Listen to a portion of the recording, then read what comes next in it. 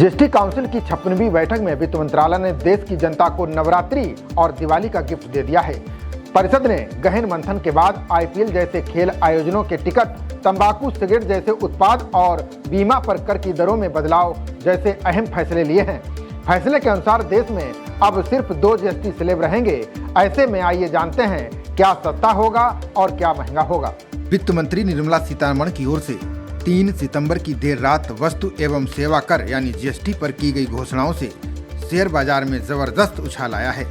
शुरुआती कारोबार में सेंसेक्स 888 अंक उछलकर 81.456 पर पहुंच गया। वहीं निफ्टी 265 अंक बढ़कर 24,980 पर आ गया है।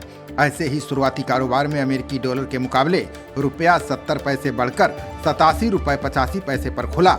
जानकारों ने इस ऐतिहासिक जीएसटी सुधार को उम्मीद से बेहतर बताया है। उनके अनुसार इससे कई क्षेत्रों को लाभ होगा।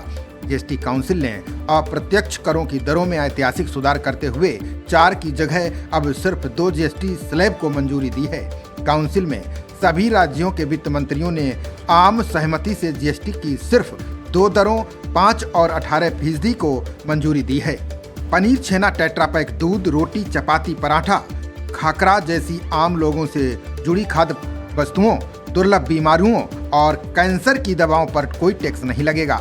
व्यक्तिगत स्वास्थ्य बीमा और जीवन बीमा पॉलिसियों को भी करों से छूट दे दी गई है। इसकी लंबे समय से मांग उठ रही थी।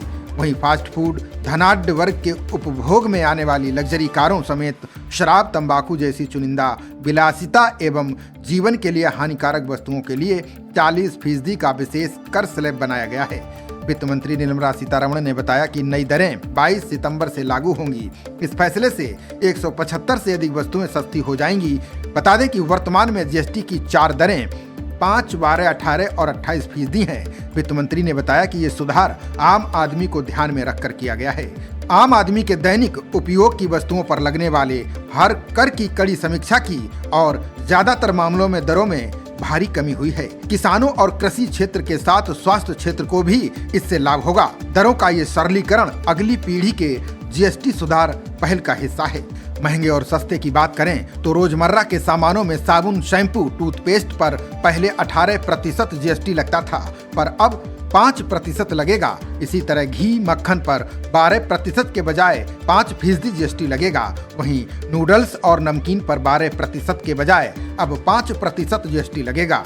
बर्तनों पर भी 12% के बजाय अब 5% की दर से जीएसटी देना होगा। बच्चों की बोतलें, नैपकिन और डायपर पर भी 5% जीएसटी देना होगा। सिलाई मशीन को भी 5% स्लैब में ही रखा गया है। कृषि से जुड़े सामानों पर भी बड़ी राहत मिली है।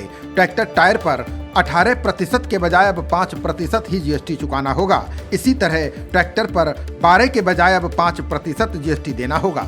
वहीं सिंचाई की मशीन, कृषि मशीनरी को 5% के स्लैब में शामिल किया गया है। वहीं नई दरों में आम आदमी को बड़ी राहत दी गई है। जैसे इसमें हेल्थ इंश्योरेंस पर 18% के बजाय जीएसटी नहीं देना होगा। इसी तरह thermometer, oxygen cylinder, diagnostic kit, map, chart, globe पर अब 0% जीएसटी लगेगा। पेंसिल, क्रेयॉन और एक्सरसाइज बुक को जीएसटी से बाहर यानी शून्य रखा गया है। नए स्लैब के अनुसार छोटी कारों और मोटरसाइकिलों पर 28 के बजाय अब 18% जीएसटी लगेगा। इसी तरह air conditioner, TV, washing machine इसी स्लैब में आएंगी। वहीं 350 सीसी से अधिक क्षमता वाली मोटरसाइकिल, पान मसाला, तंबाकू, गुटखा, बीड़ी आदि पर 40% जीएसटी चुकाना होगा।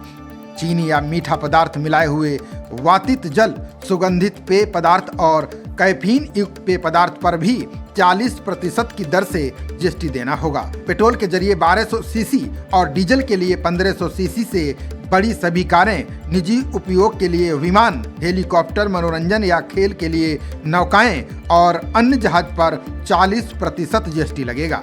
खबरों का सिलसिला जारी रहेगा। देखते रहिए जनप्रवाद। नमस्कार।